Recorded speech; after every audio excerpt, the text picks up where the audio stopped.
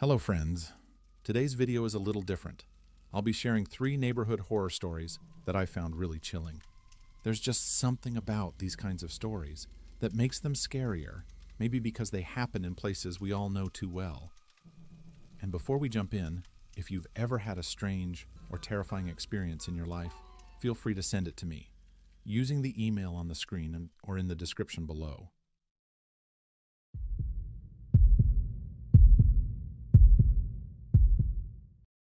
We moved into that house almost 2 years ago now.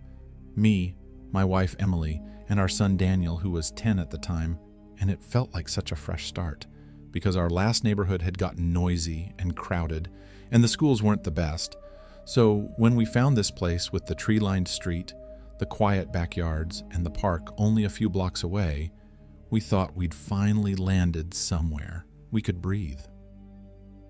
The house itself wasn't huge, but it had this lived-in charm. You know, the kind of place where you walk through the door and it doesn't feel sterile or staged like some of the newer houses.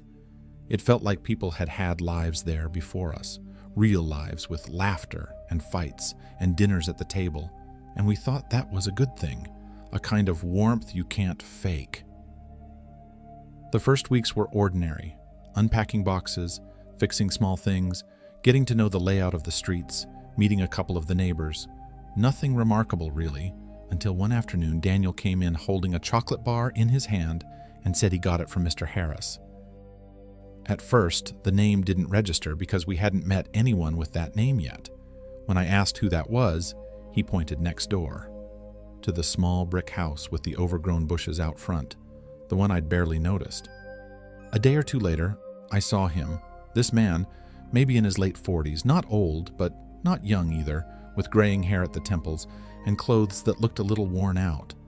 He gave me this half-smile and a nod when we crossed paths at the mailboxes, like he didn't really want to talk, but wanted to acknowledge me just enough so I couldn't say he ignored me. He lived alone, that much was clear. No wife, no kids around, and something about the silence of that house made it stand out against the others, where you'd hear kids or see people working in their yards. Daniel started going over there more often than I was comfortable with, sometimes just sitting in the man's yard or following him into the house. And every time I saw it, I felt this twist in my gut because even though the guy never did anything openly wrong, there was something in the way he looked at my son. Something I can't put neatly into words, a mix of kindness and possession that made me want to tell Daniel, no, you're not going over there anymore. But kids are kids. And Daniel, being only 10, thought this man was great because he always had candy, always showed him little things in the garage or the basement, toys or old games he claimed to have kept from his own childhood. Emily said I was being paranoid, that he was just a lonely, middle-aged man who liked kids because he didn't have his own. And maybe she was right. Maybe I was overthinking. But then again, maybe I wasn't. The turning point came on a Saturday. A bright afternoon when Daniel was supposed to be in the backyard, kicking the ball around. I went out with a drink in my hand to check on him and found the yard empty. I called his name, no answer. Checked the garage, nothing. And then Emily came out asking if he was inside. We both realized at the same time he was gone. And the panic that shot through me in that instant is hard to describe. It was like the air got ripped out of my chest. We searched the street, knocking on doors, shouting his name, until finally, after what felt like an eternity, we found him at the park 3 blocks away. And he wasn't alone. He was with Mr. Harris, sitting on a bench, like it was the most normal thing in the world, the man's arm draped casually behind him on the backrest, both of them laughing about something. I stormed up, my voice louder than I meant it to be, asking what the hell they were doing there, when Daniel hadn't told us anything. And Harris looked at me calm as could be and said they just decided to go for a walk, that it was a beautiful day and he thought it would be good for Daniel to get some air. I told him, point blank, that it wasn't his decision to make and that Daniel was not to go anywhere with him again. He held up his hands like he was the victim here, like I was overreacting, and muttered something about me being too strict, but I didn't care. I grabbed Daniel's arm and walked him home. That night, Emily and I argued, because she still thought I was being unfair, that Harris hadn't technically done anything wrong, but I couldn't shake the image of my son sitting there with him, like it was a father and son outing, and it left this sour taste in my mouth. For a week or two, we didn't see much of Harris. Maybe he was avoiding us, or maybe it was just coincidence. But then one evening, as I took the trash out, I saw him walking slowly past our house. He didn't wave, didn't smile, just kept walking with his head slightly turned toward our yard, and I felt that same twist in my stomach. Over the next days, it started happening more. Him walking by at odd hours, once even close to midnight, when I happened to look out the window and saw his figure moving under the streetlight. I told Emily we should go to the police, and eventually I did, filing a complaint. But they said unless he had made threats or done something physical, there wasn't much they could do. They told me to keep an eye out and call again if it escalated. That word escalated stuck in my head, because how far would it have to go before someone took it seriously? Nights became harder. I'd lie in bed, listening for sounds outside, sometimes convinced I heard footsteps in the yard, sometimes actually seeing him pacing near our fence, though by the time I grabbed my phone or went downstairs, he would be gone. Daniel, to my horror, still asked about him, still said he missed going over there, that Harris was nice to him, and it broke me. Because how do you explain to a 10-year-old that not every adult who smiles at you actually cares about you? The final straw was one night when Emily shook me awake, saying she thought she heard someone at the side of the house. I got up, heart hammering, and looked out the window. And there he was again, Harris, just standing there in the dark near the tree line, not moving, not smoking, not doing anything you could explain away, just standing and staring up at our house like he was waiting. I froze, watching him for what felt like minutes, until finally he turned and walked slowly down the street. The next morning we decided we couldn't do this anymore. We couldn't live in a place where every creak made us think of him, where every time our son played outside, we wondered if Harris was watching. Within a month, we put the house back on the market, took a loss, and moved to another town. People sometimes ask why we left so quickly, and we don't always tell the full story, because it makes us sound paranoid. But I know what I saw, and I know how it felt. And no family should have to live with that constant sense of being watched, of being circled by someone who hides behind a smile and a piece of chocolate. And even now, in our new place, when I see someone standing too long by the corner of the street, I feel that same twist in my stomach. And I wonder if leaving was enough, or if some things just follow you no matter where you go.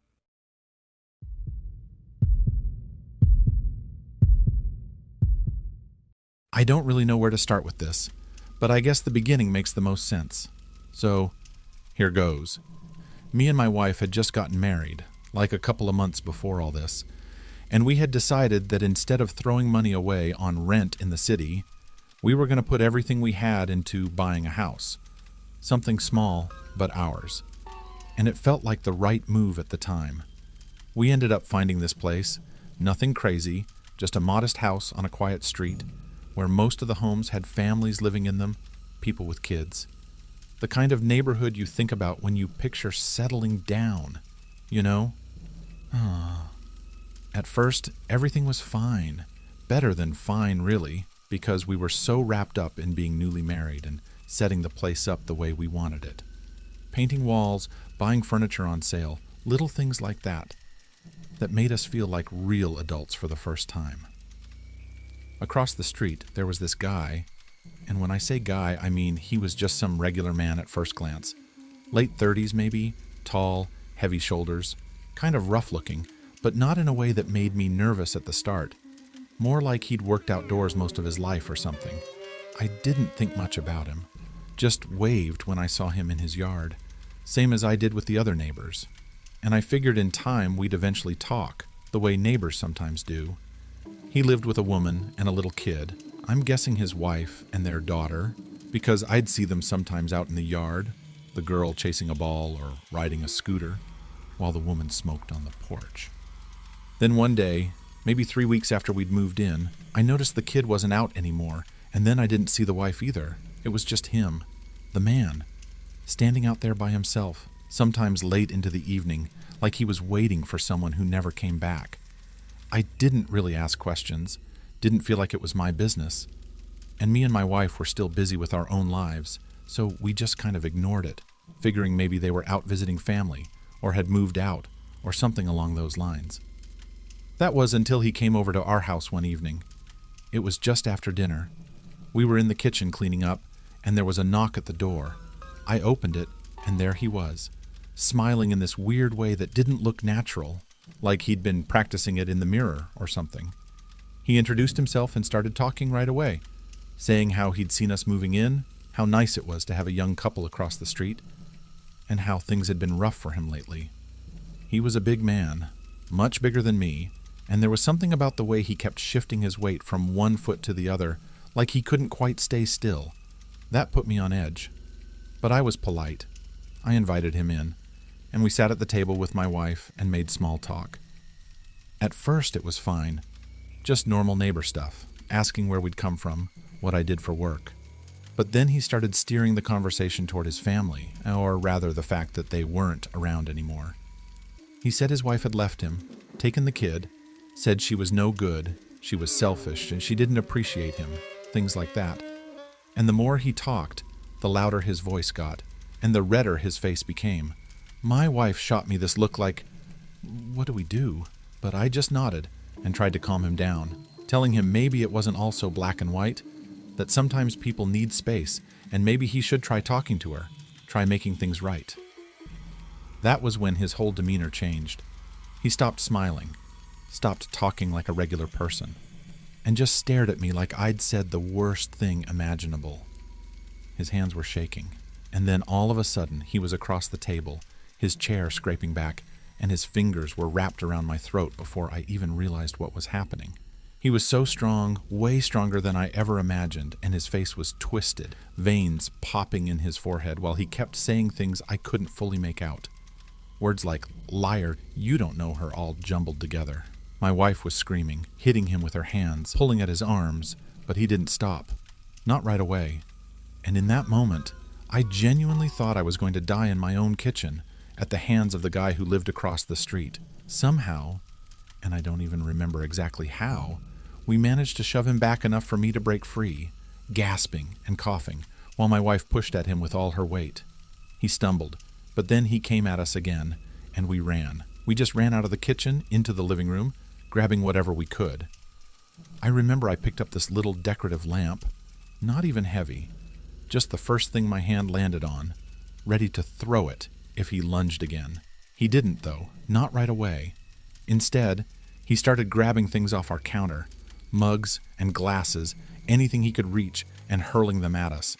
One of them, a coffee cup, hit me right on the side of my head, and it felt like my skull cracked open, hot pain spreading instantly, blood running down my face. My wife screamed again and pulled me toward the door. And somehow, we got out, stumbling onto the lawn, yelling for help. I remember the cold air on my face, the dizziness from the hit, the sound of my wife sobbing beside me while I fumbled for my phone. I called 911, my hands shaking so bad I could barely hold the phone, and told them our neighbor had attacked us. It felt like forever, but eventually the police showed up, lights flashing down the whole street, and by then, he had gone quiet, just standing in our doorway like some kind of statue. They cuffed him, wrestled him out of there, while he kept muttering nonsense, his eyes glazed over. And it was only when he was gone that I realized how close we'd come to not surviving that night. Later, the police told us he had a long history of mental health problems, that his wife and daughter had left because he was unstable, and that the property manager had been warned about renting to him, but ignored it. I don't know how much of that is true, and honestly, I don't really care anymore, because all I know is that he nearly killed me in my own home. The cut on my head took weeks to heal, and even now there's a scar under my hairline that I see in the mirror sometimes. But worse than that is the feeling that we're never really safe, not even in the place we thought would be our forever home.